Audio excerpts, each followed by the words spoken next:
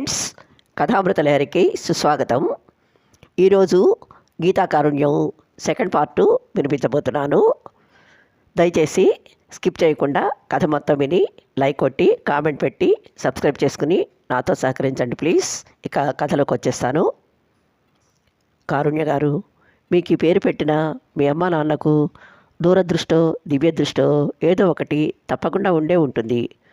పురిటిగుడ్డుగా ఉన్న మీ లేత మొహంలో వాళ్లకు శిలువ మోసిన జీసస్ క్రైస్తో కవచకుండలాల్ని దానం చేసిన కర్ణుడో కనిపించి ఆ పేరు పెట్టుంటారు. అందుకే మీరు సార్థక నామధేయులయ్యారు. ఈ విషయం నేను కాలేజీలో జాయిన్ అయిన తొలి రోజే గ్రహించాను. స్టాఫ్ రూమ్లో ఒక్కొక్కరిని పరిచయం చేసుకుంటుండగా మీరు ఐఎమ్ కారుణ్య, ఫిజిక్స్ లెక్చరర్ని అంటూ ఎంతో మర్యాదగా విష్ చేశారు. నాకెందుకో మిమ్మల్ని చూడగానే మగవాళ్లలో ఎంతో అరుదుగా కనిపించే సాఫ్ట్నెస్, కన్సర్న్ మీ మొహంలో కళ్ళల్లో ప్రతిబింబించినట్లు అనిపించి అప్పుడే అనుకున్నాను, అచ్చు పేరుకు తగ్గట్టే ఉన్నారని. అఫ్కోర్స్ క్యాజువల్గా నేను అనుకోండి. First impression is the best impression అంటారు కదా. సరిగ్గా మీ మీద ఆ రోజు అలాంటిదే కలిగింది. ఆ తర్వాత ఒకరోజు స్టాఫ్ రూమ్లో అనసూయ మేడం హార్ట్ అటాక్తో పడిపోతే అందరూ కంగారు పడుతూ ప్రిన్సిపాల్కి చెప్పాలని పరిగెత్తారు. కానీ మీరు మాత్రం వెంటనే అంబులెన్స్కి ఫోన్ చేసి ఇమీడియట్గా ఆమెని హాస్పిటల్లో అడ్మిట్ చేయడమే కాక వాళ్ళు 10,000 అడ్వాన్స్ కట్టమనగానే క్షణం కూడా ఆలోచించకుండా కట్టేశారు. తండ్రి లేని పసిపిల్లలు తల్లి పరిస్థితి చూసి భయంతో ఏడుస్తుంటే వాళ్లను అన్నలా దగ్గరికి తీసుకుని మీరు అందించిన ఓదార్పు, అప్పుడు మీ కళ్ళలో కనిపించిన కారుణ్యం చూసి నా ఊహ నిజమైనందుకు ఎంతో హ్యాపీగా ఫీల్ అయ్యాను. ఆ క్షణాల్లో నా గుండెల్లో మొలకెత్తిన అభిమానం కొద్ది రోజులకే చిగురులు తొడిగి మీ పట్ల ఇష్టంగా ప్రేమగా మారింది. నా గురించి మీకేం తెలుసో, మీ మనసులో ఎలాంటి అభిప్రాయం ఉందో తెలియదు, కానీ మీరేంటో మాత్రం నాకు చాలా బాగా తెలిసిపోయింది. స్టూడెంట్స్ ఎంతో అభిమానించి గౌరవించే ఒక మంచి లెక్చరర్గానే కాదు, చిన్నప్పుడు మీ అన్నయ్య హఠం చేసి కొత్త సైకిల్ కొనిపించుకుని దాని మీద స్కూల్కి జాలీగా వెళ్తుంటే మీరు అతడి వెనకే బరువైన స్కూల్ బ్యాగు మొయలేక మోస్తూ నెమ్మదిగా నడుచుకుంటూ వెళ్ళడం తెలుసు నాకు. రోజు స్కూల్కి వెళ్ళేటప్పుడు పుల్లైస్ కొనుక్కోమని మీ నాన్నగారు ఇచ్చే చిల్లర పైసలు, నోట్లు రోడ్డు పక్కన అడుక్కునే బిచ్చగాళ్లకు దానం చేసి లంచ్ టైంలో మీ అన్నయ్యతో సహా పిల్లలందరూ హ్యాపీగా చిరుతిళ్ళు కొనుక్కు తింటుంటే మీరేమో అమ్మ కట్టిన లంచ్ బాక్స్తో సరిపెట్టుకొని వెళ్ళయ్యే వరకు క్లాస్ రూమ్లో బుద్ధిగా హోంవర్క్ చేసుకుంటూ కూర్చునేవాళ్ళు. అవునా? ఇవే కాదు, మీ గురించి ఇంకా చాలా చాలా తెలుసు. మచ్చుకి మరో తమాషా ఇన్సిడెంట్ గుర్తు చేస్తాను.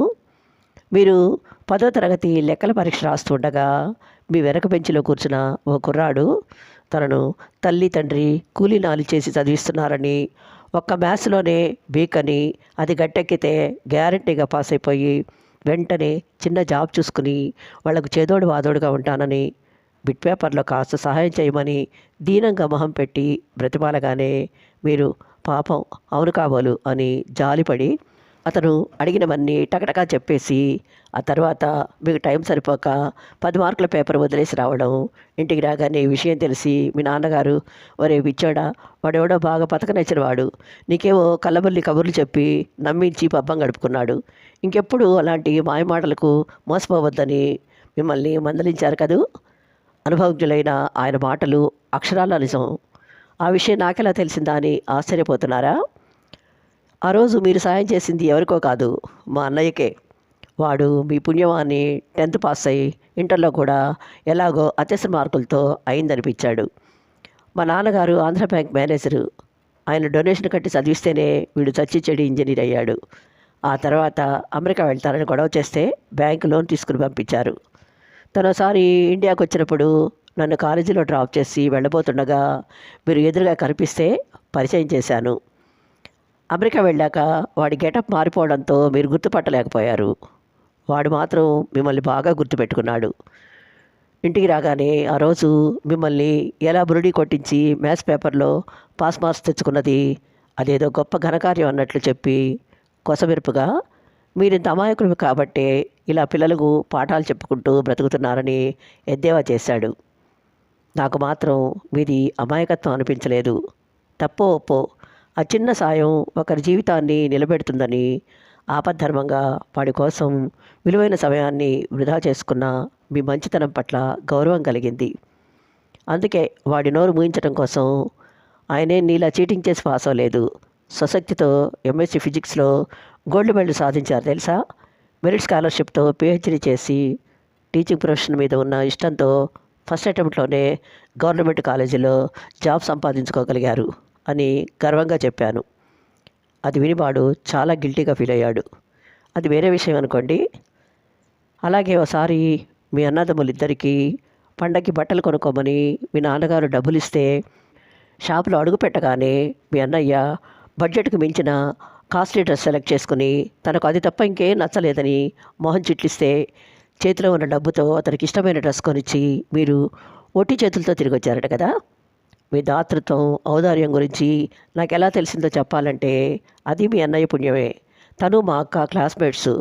లంచ్ టైంలో ఫ్రెండ్స్ అందరి ముందు మీ గురించి కొంత తన పైత్యం జోడించి కామెడీ కథలు అల్లి పగలబడి నవ్వేవాడని అక్క చెప్తుంటే నాకు అతనేంటో అతని క్యారెక్టర్ ఏంటో అప్పుడే అర్థమవడంతో పాటు మీ మీద నాకున్న గౌరవం రెట్టింపయింది.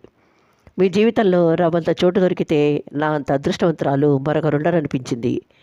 కానీ సాంప్రదాయ కుటుంబంలో పుట్టిన ఆడపిల్లని నా పట్ల మీ అభిప్రాయం ఏంటో తెలియకుండా నా ప్రేమను వ్యక్తం చేయడం కరెక్ట్ కాదనిపించింది. మీ మనసు ఎలా తెలుసుకోవాలో అర్థం కాక నాలో నేనే మదనపడుతుండగా ఊహించని సంఘటన కాదు మీ అన్నయ్య వికృత మనస్తత్వానికి స్వార్థానికి అద్దం పట్టే ఓ దుర్ఘటన జరిగింది. అదేంటో మీకు చెప్పేందుకే ఈ ఉపోద్ఘాతమంతా. విన్నారు కదా. ఈ ఎపిసోడు ఇంతటితో ముగిస్తున్నాను.